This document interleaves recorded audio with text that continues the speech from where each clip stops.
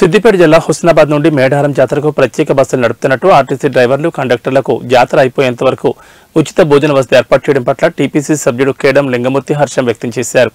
హుస్నాబాద్ నుండి మేడారం జాతరకు వెళ్తున్న భక్తుల సౌకర్యార్థం మంత్రి పొన్నం ప్రభాకర్ ప్రత్యేకంగా 40 బస్సుల వరకు తెప్పించారని ఆయన తెలిపారు. అదేవిధంగా రానున్న రోజుల్లో హుస్నాబాద్ బస్ డిపోను మరింత అభివృద్ధి చేయడానికి మంత్రి పొన్నం ప్రభాకర్ కృషి చేస్తున్నారని పేర్కొన్నారు. ప్రసిద్ధి చెందిన మేడారం జాతరకు ప్రత్యేక బస్సులు నడుపుతున్న బస్సు డ్రైవర్లు కండక్టర్లకు ఉచిత భోజన వసతి కల్పించడానికి ముందుకొచ్చిన హుస్నాబాద్ వర్తక వాణిజ్య దుకాణ సముదాయాల సంఘాలు యజమానులకు ప్రత్యేక ధన్యవాదాలు తెలిపారు. డిపోలో ఉన్నాం. ఇప్పుడు మనం డిపో మేనేజర్ గారు ఉన్నారు, డిపోలో పనిచేసే ఆర్టీసీ కార్మికులు నాయకులు ఉన్నారు, యూనియన్ లీడర్స్ ఉన్నారు. ముఖ్యంగా హుస్నాబాద్కు సంబంధించిన వ్యాపార వర్గాలు వాణిజ్య వర్గాలకు సంబంధించిన నాయకులు సేట్లు ఉన్నారు. ఎలక్ట్రానిక్ మీడియా ప్రింట్ మీడియా ఇంకా కాంగ్రెస్ సోదరులు వేరే పార్టీ సోదరులు కూడా ఉన్నారు. అందరికీ మనస్ఫూర్తిగా నమస్కారాలు తెలుస్తూ మన భారతదేశంలోనే అతి పెద్ద జాతర ఏదైతే ఉందో సమ్మక్క జాతర మహాకుంభమేళతోని సమానంగా మనం చెప్తా ఉంటాం. ఈ జాతర ఇవాళ రేపటి నుంచి మొదలుకుంటే 23 దాకా జరుగుతూ ఉంటుంది. అదృష్టం కొద్దీ ఈ నియోజకవర్గం హుస్నాబాద్ నియోజకవర్గం శాసనసభ్యులు కాంగ్రెస్ పార్టీ నుంచి గెలిచిండు పొన్నం ప్రభాకర్. ఆయన రోడ్డు రవాణా మంత్రి అయ్యిండు, బీసీ వెల్ఫేర్ మంత్రి అయ్యిండు. స్వాతంత్రం వచ్చినాక మొట్టమొదటిసారి ఈ నియోజకవర్గం నుంచి శాసనసభ్యుడు మంత్రి అవడం అనేది ఒక సువర్ణ అవకాశం లాగా మనం చెప్పుకున్నట్టు అయింది. ముఖ్యంగా వీళ్లకు మన బస్ డిపోలో 45-50 బస్సులే ఉన్నాయి. ఇవి సరిపోవు అని చెప్పి మన పొన్నమన్న మన ఆర్టీసీ అధికారులతో డిపో మేనేజర్ గారితో ఇక పెద్దలతో మాట్లాడి ఇంకో 35-40 బస్సులు కూడా ఇక్కడ తెప్పించారు. కేవలం జాతర కోసం 4-5 రోజులు స్పెషల్గా నడపడానికి. ఆ 40 బస్సులో 35 బస్సులో వచ్చిన బస్సులకు 2-3 కండక్టర్లు డ్రైవర్లు వాళ్ళు స్టాఫ్ ఉంటారు కాబట్టి వాళ్ళకు భోజనం పెట్టాలనే ఒక ప్రస్తావన వచ్చింది. వాళ్ళకు భోజనం పెట్టుకున్నాడు కార్పొరేషన్ నుంచి వాళ్ళకి పెద్ద కష్టమేం కాదు.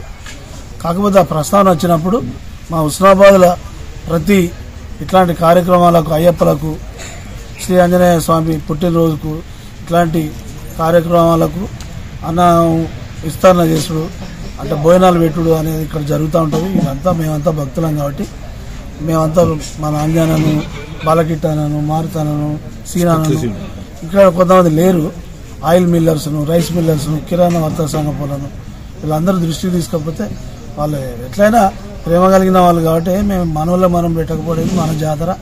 మళ్ళా స్పెషల్గా ఈ డిపో బస్సులే సరిపోకుండా ఇంకా ఎక్కువ బస్సులు వస్తున్నాయంటే ఇంకా చాలా సంతోషం అనే ఉద్దేశంతో వాళ్ళ చేతిలో గల వస్తువులు ఇచ్చారు. నగదుగా కూడా కొంత సాయం చేయడానికి కూడా ముందుకు వచ్చారు. ఇవాళ మన డిపోకు వచ్చినటువంటి అతిథులు లాగా వచ్చిన బస్సు డ్రైవర్లు కండక్టర్లు వాళ్ళను రోజుకు 2 పూటల 3 పూటల డిపో మేనేజర్ గారు ఇక్కడ ఉన్న ఆర్టీసీ నాయకులు వాళ్ళతో మాట్లాడి ఈ భోజనాలు ఏర్పాటు చేస్తారు. వాళ్ళు పోయేదాకా మనం భోజనాలు పెట్టే మన ఊరు కాబట్టి మన డిపో కాబట్టి ఒకనాడు కొద్దిగా ఈ డిపో కూడా డిస్టర్బ్ అయింది. బాగా మందితో డిపో నడిచింది. మధ్యలో డిపో కొద్దిగా నష్టాలు ఉన్నదని చెప్పి దీన్ని క్యాన్సిల్ చేద్దాం అనుకున్నారు. అప్పుడు రాజశేఖర రెడ్డి గారు గవర్నమెంట్ ఉంటే మళ్ళా డిపోను కొద్దిగా నిలబెట్టారు. ఈ మధ్యలో మళ్ళీ ఈ డిపోకు పూర్వవైభవం వచ్చేటట్టు అయ్యే అవకాశం ఉంది.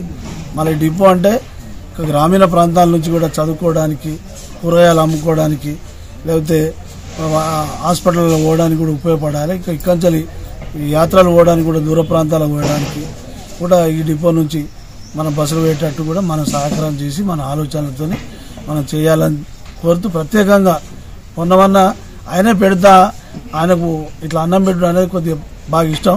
అన్న నేనే పెడతా అంటే లేదు మా అన్న దగ్గర వాళ్ళు మన సేట్లు వాళ్ళు వీళ్ళు కొద్దిగా ఇట్లాంటి కార్యక్రమాలు వాళ్ళే ముందుకు వస్తారంటే ఆయన బాగా సంతోషపడ్డాడు. కాబట్టి మన వాళ్ళంతా కూడా మన ప్రాంతాన్ని మన ఇంటికి వచ్చిన చుట్టానికి మనమే ప్రేమగా వాళ్ళకు ఆతిథ్యం ఇవ్వాలనే ఉద్దేశంతో ఈ కార్యక్రమం నడుస్తుంది.